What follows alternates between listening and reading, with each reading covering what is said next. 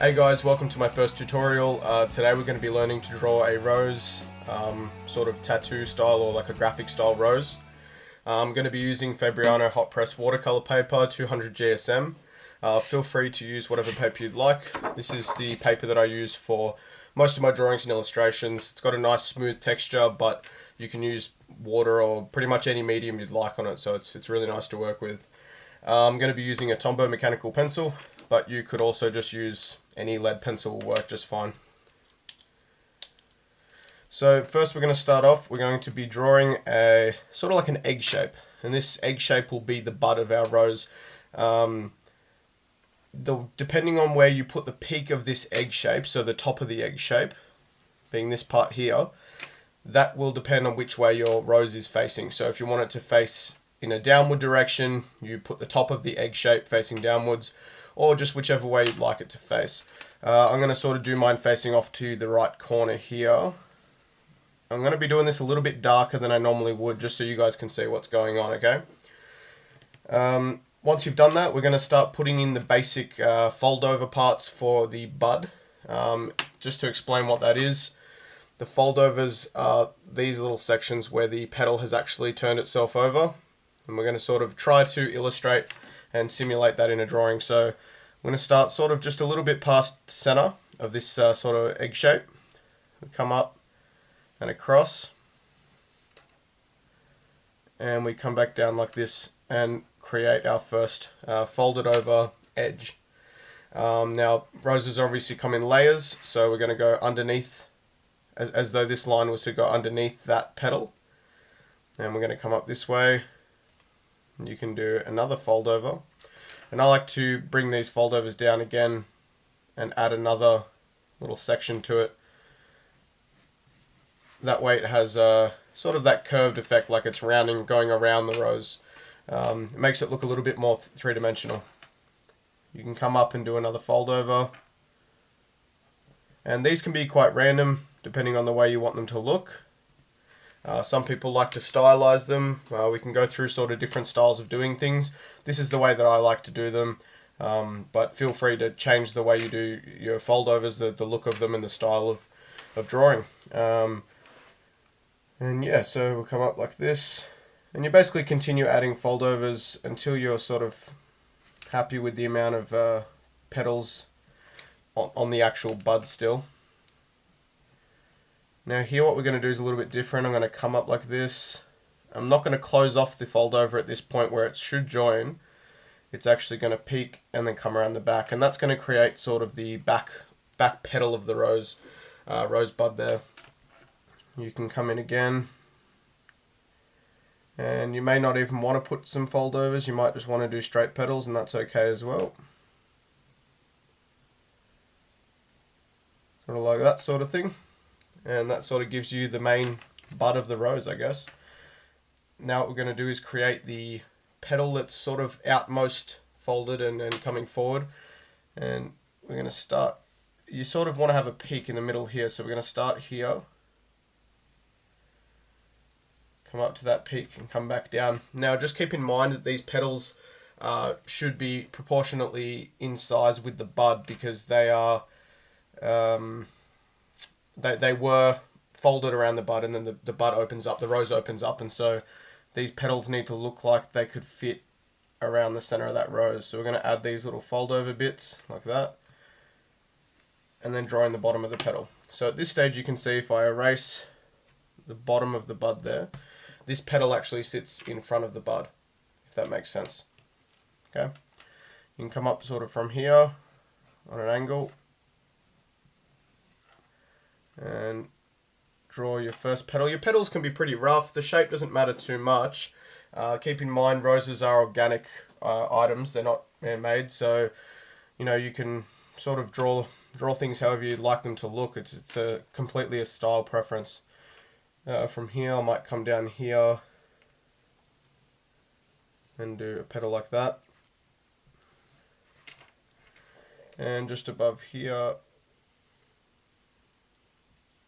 And I add these little, I guess little dimples and cuts and spikes to them. This is just to give them a natural look and make them look a little bit more organic, so they don't look so stiff and you know, man-made. I want them to look natural. Now I just noticed that this line probably comes up a little bit too high and makes the petal look too big, so I might cut that back just a little bit like that. That's a bit better. We can come around the back here, add another petal, maybe add another one at the bottom there, and sometimes I like to add these little floating petals that sort of give an indication that they are behind everything, and that's why they're sort of hanging so low. You almost sort of can't see where they start and finish, but I really like the way that looks. And so from here you can start adding leaves. The leaves that I do are quite easy, quite simple. You want to imagine that they all start from about this point that's underneath the bud. So they all want to sort of shoot off from that direction. And you come up like this with two lines to form a peak. On one side of that peak you come down and you can do like little bumps like that. Or if you wanted to, you could just do a straight line down like that. And from the other side, I like to do the same, but just a tad lower from the top.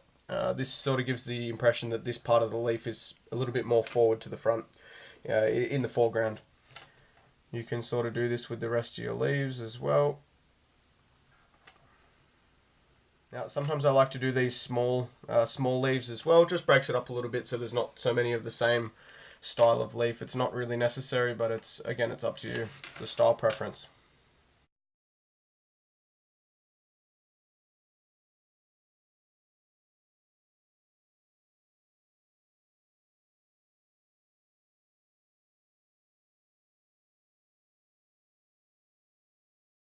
From this point, what you can start to do is draw some lines in for the leaves. They sort of just curve in, and I try to evenly space them, but sort of throw in a few random ones that are closer together. This just, again, gives it that random sort of natural appearance.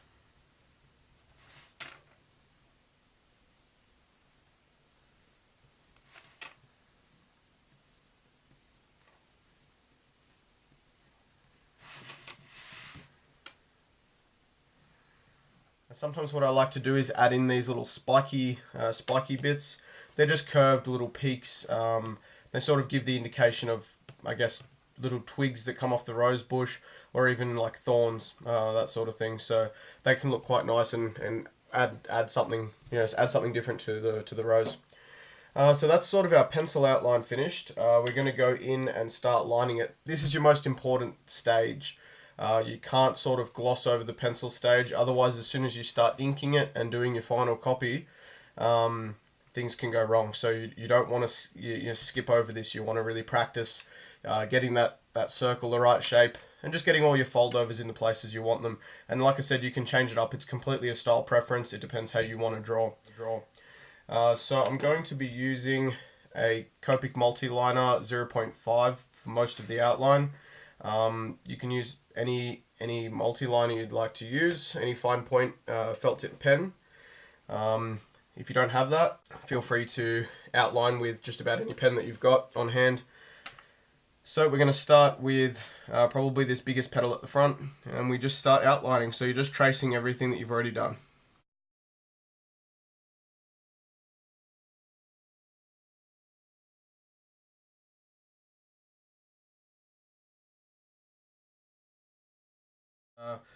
When you're doing the lines, don't be afraid to go really slow. You want to make sure everything looks really nice and perfect the way you want it. So yeah, try not to stress too much about doing your outlines really quickly.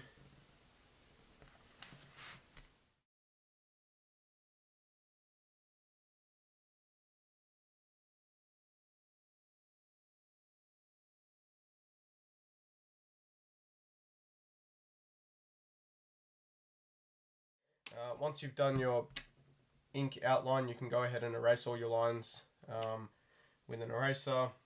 I like to do these pencil lines that are in the leaves. I like to do those last, so I leave them till I've finished inking and erased everything. But if you want to, you can do them now. I'd recommend using a slightly thinner pen, such as a 0.3. This just gives you a thinner line and makes those lines in the leaves a little bit sort of toned down a little bit.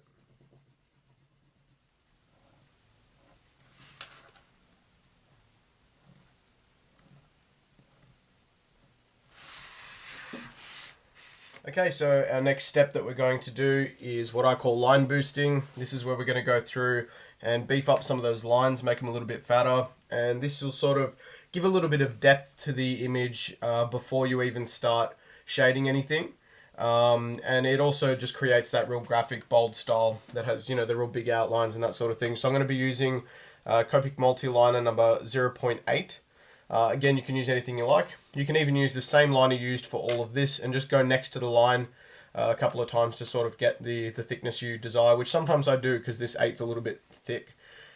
So the lines that you want to beef up is anything that you want to stick out, basically.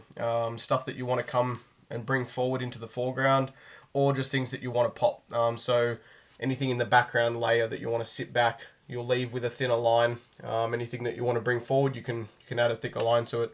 So I'm going to start with this petal here.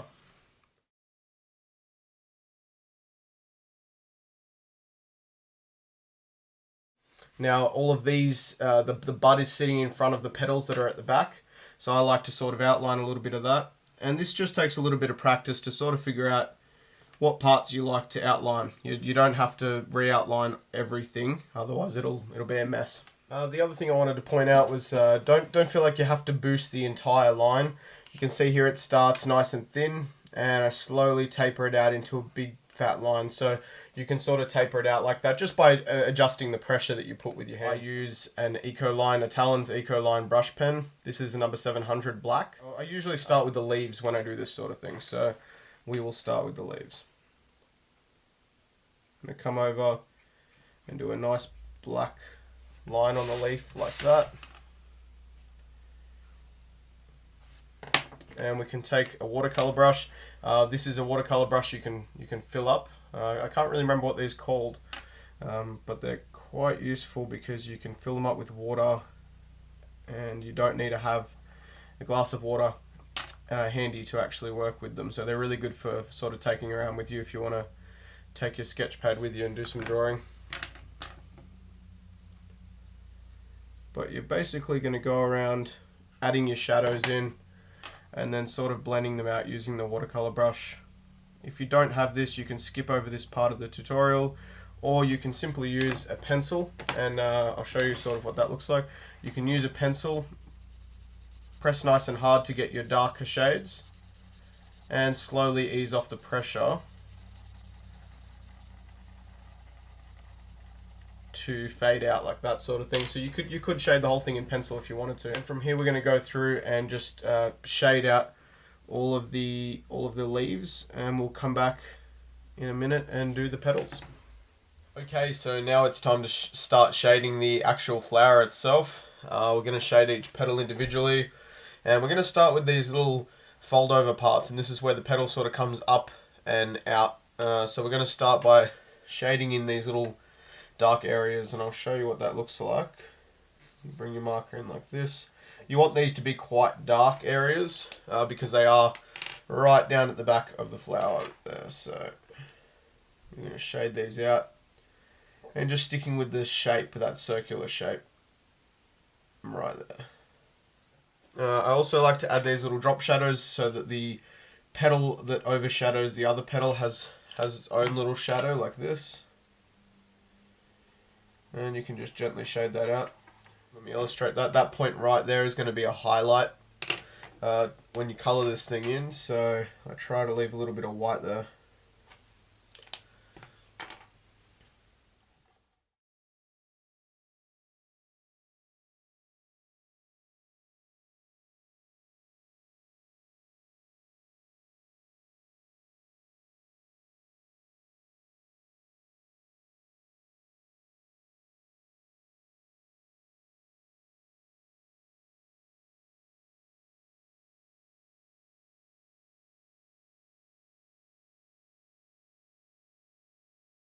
Okay, so now I'm going to work on putting a little drop shadow on the entire image. This is something I do occasionally, it just depends on the picture I'm drawing, but all it is basically is you pick leaves and petals and you add a bit of a shadow to them. So I'll show you what I mean. We'll start here,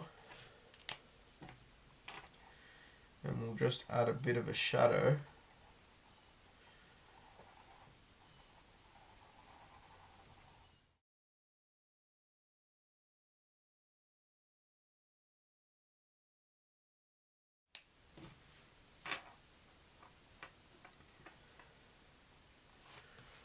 Look, but I like to add contour lines to the petals.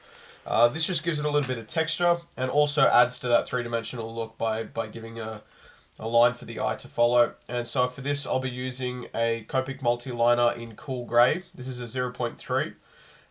Again, if you don't have this, you could just use a thinner black marker, or just experiment with different things and see what results you get. And so basically, we're going to start at the edge of each petal, work our way inwards, and then down into the fold. And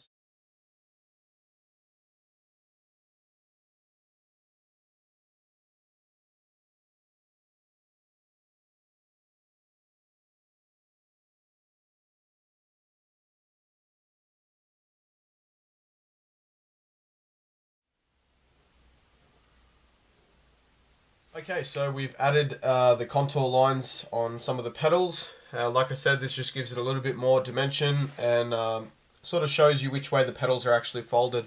This is a bit of an optical illusion, I suppose. It sort of tricks the eye into following the way that we want them to follow. So we're going to start by colouring all of the leaves and all of the little thorn pieces. For each of the thorns, I like to use a nice bright yellow or a deep yellow. This is a 202 brush pen from Ecoline. Again, you can use anything. I'm not actually going to be using a watercolor application with this particular pen, so it's not an issue. You can use any yellow marker you'd like. And I'm going to go ahead and color in the center of all the leaves and also the little thorn twiggy bits in yellow.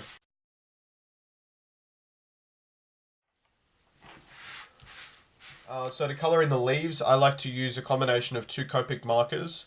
The first one being G99 Olive, and we've also got YG95, which is like a pale olive. And these two just work really, really nice together. So I start off with the olive. Again, you can use any green markers you'd like for this. This is a color combination that I really like because it gives me really dark colored leaves. So I go through, and we're just going to shade straight off the black, and we're going to whip out the color. That way when we go over it, it smoothly transitions into the next color. I'll show you what that looks like. Just like that. It gives you really nice colored leaves. So I'm going to go ahead and color all the leaves in that way.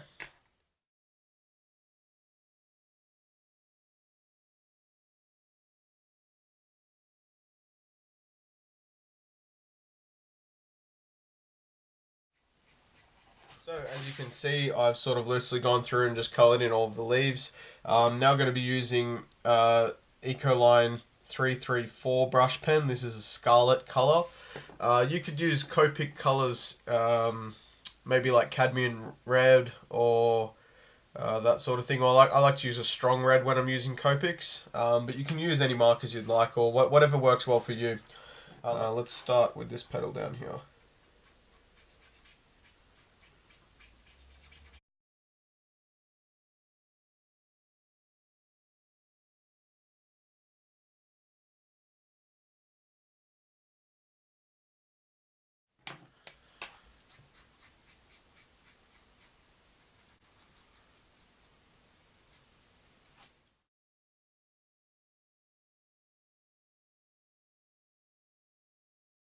Okay, so what you can see here is I've added color to the center.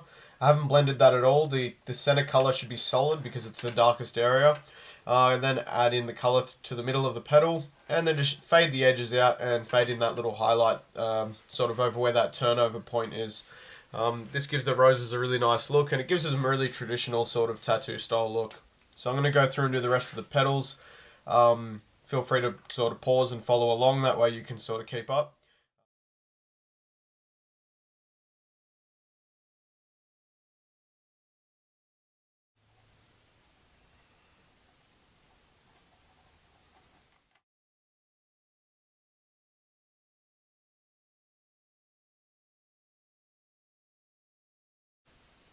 Hey guys, I hope you enjoyed that tutorial. Please like and share.